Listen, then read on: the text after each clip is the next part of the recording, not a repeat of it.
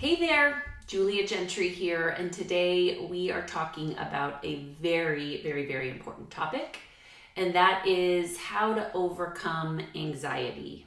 Now, if you're human, last I checked, we probably have all had anxiety at some level, right? At some level, at some point in our lives, it does make us human, right? And for me, anxiety can feel like the elephant on my chest. When you could just be living your life, doing the thing, and all of a sudden it just feels like you have a 5,000 pound elephant on your chest. I've also, since I was a kid, had anxiety in the middle of the night to the point that I am up and I am not able to sleep.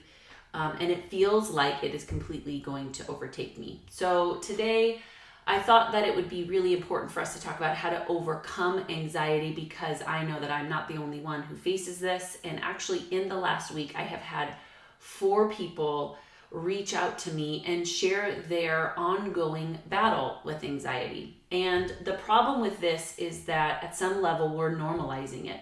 As humans, as Americans, we start to go, oh, it's normal. And we start to deal with it as opposed to heal through it, right? Like we are turning to different vices. We're popping pills, we're taking a hit, we're busying ourselves, we're doing things that we think will give us, some instant gratification and satisfaction, 1 or 2 minutes, right? Or 1 or 2 hours. And the problem with some of our vices is that it does give us that, but we're not solving the root issue. Right? We're kind of delaying the inevitable, and whatever it is that we're anxious about isn't going away. The anxiety might be going away for 5 minutes or 10 minutes or however long, but we're not actually dealing with the root issue. And so we're going to kind of talk about how to overcome anxiety today, because I'd like to propose that it's not normal, nor is it something that we have to just deal with, that it's something that we could actually walk through and overcome. Okay, because here's what I know to be true. The only way out is through, which means we need to heal through this. We need to potentially even break so we can heal. And B, Jesus died on the cross so we don't have to deal with anxiety anymore. John 8:36 actually says, if the Son sets you free, you are free indeed. Okay, so I want to suggest today that those of you who are dealing with anxiety at any level, in any way, at any amount, right, whether it's daily, weekly, monthly, or quarterly, we're going to give you some tools today to actually overcome it. Okay, now here's what I want to first throw out there, and I'm a firm believer that any type of chronic issue or even a chronic illness is built from an emotional thought process. Meaning, if I am dealing with something at an emotional level, it will manifest itself in a physical way. Okay, so anxiety actually means I don't trust the process and flow of life. Anybody there? Yeah, so when you really learn about what anxiety is trying to say, because that's ultimately when we face a lot of these emotions or when we face a lot of these chronic issues, your insides, your emotions are trying to practically inform you of something, and anxiety just so happens to be screaming at the top of its lungs, I don't trust the process and flow of life. I don't trust the process and flow of life. Fair. Super fair. And I'd like for you to even take some inventory right now. How many of you would go, that's me. I don't trust this. I don't trust him. I don't trust her. I don't trust God.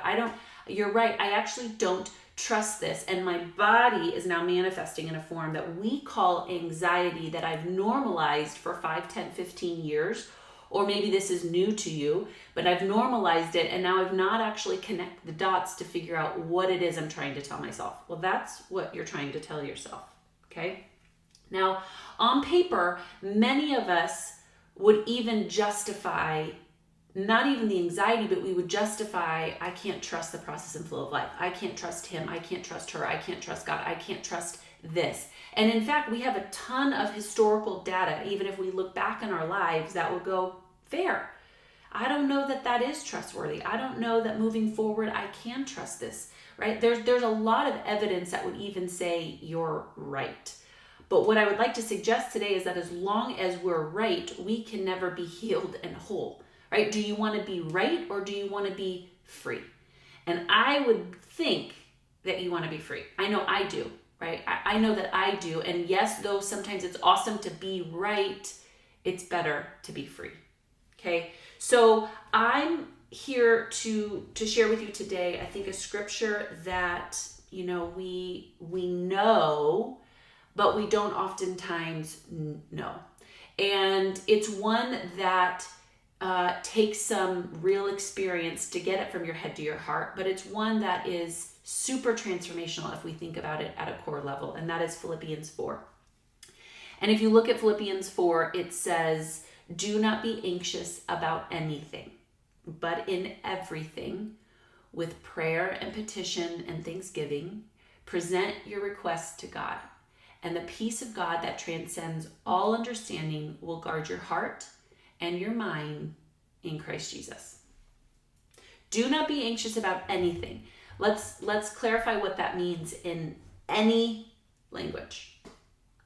Last I checked, anything means everything, all the things.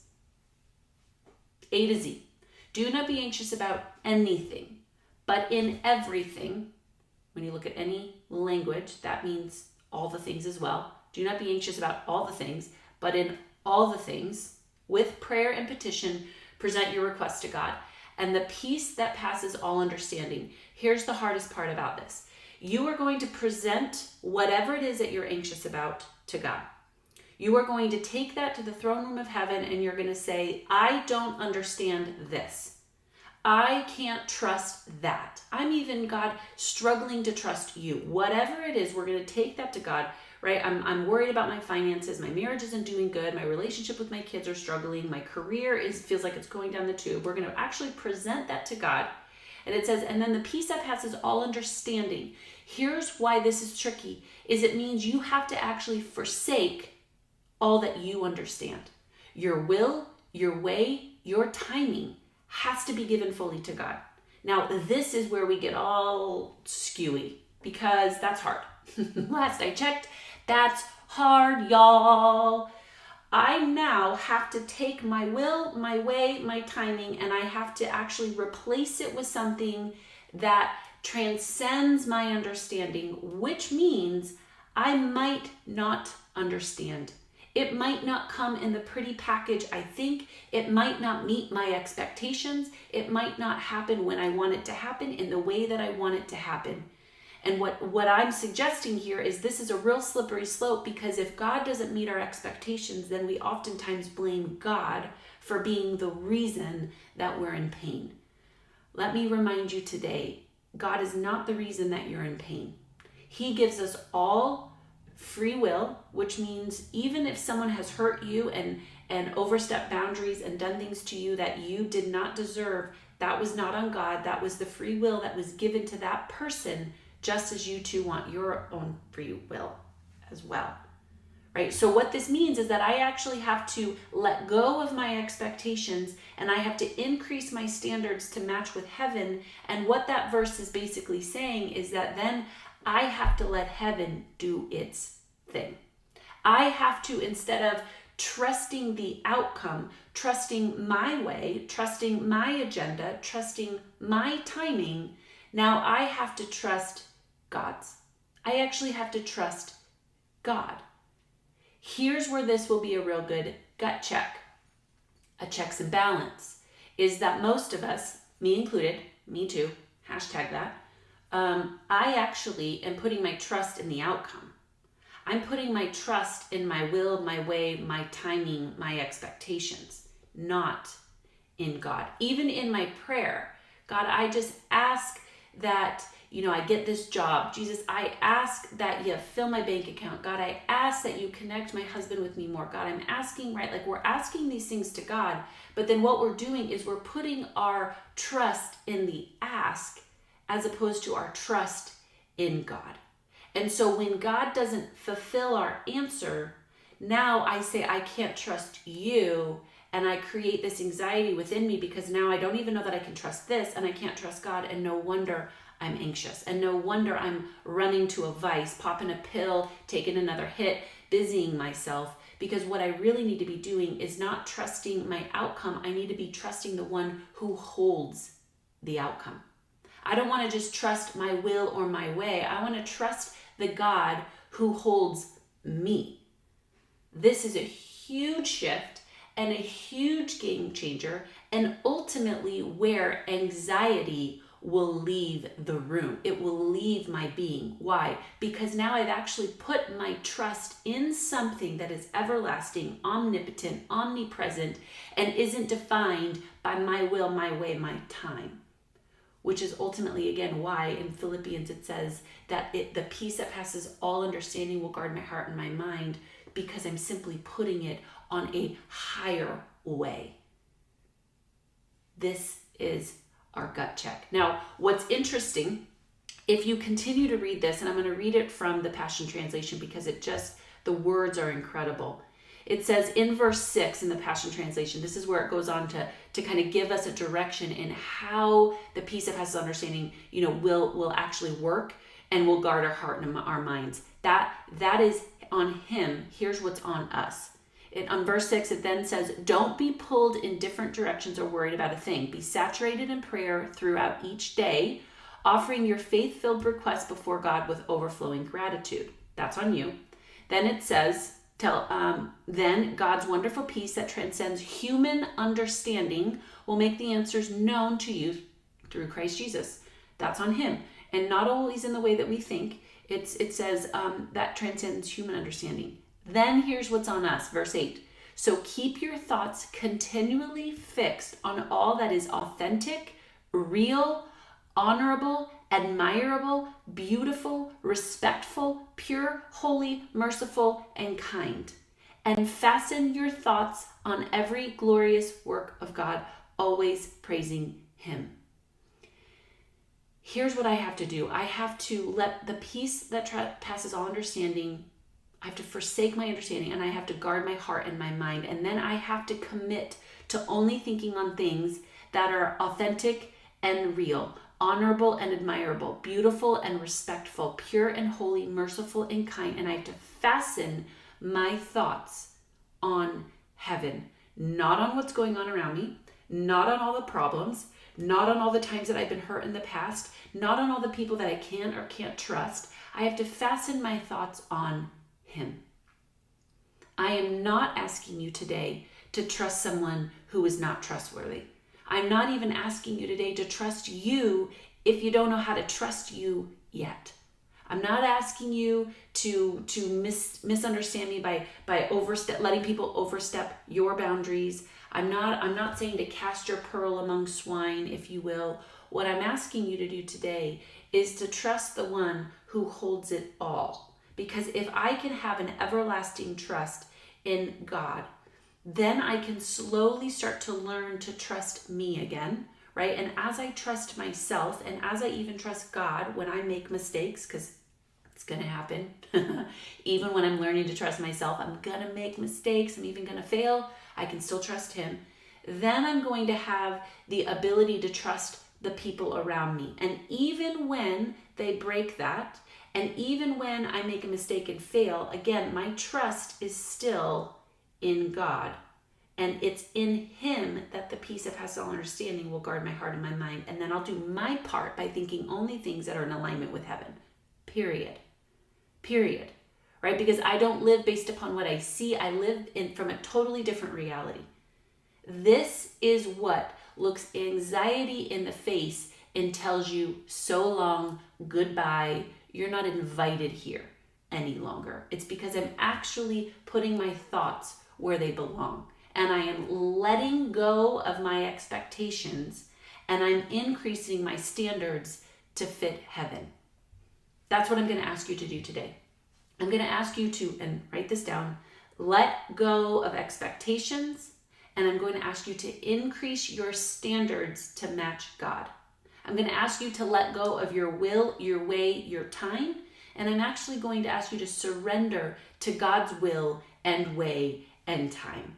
and to let him show you that he is good. And though we may not understand it all the time, and though we may look at this world and go, what the heck is going on? And though we may look at the people that have hurt us and gone, I still don't understand, we're giving up our right to understand so heaven can actually wow us, right? As you and I are praying for the impossible, don't you think that's going to blow our minds? Probably.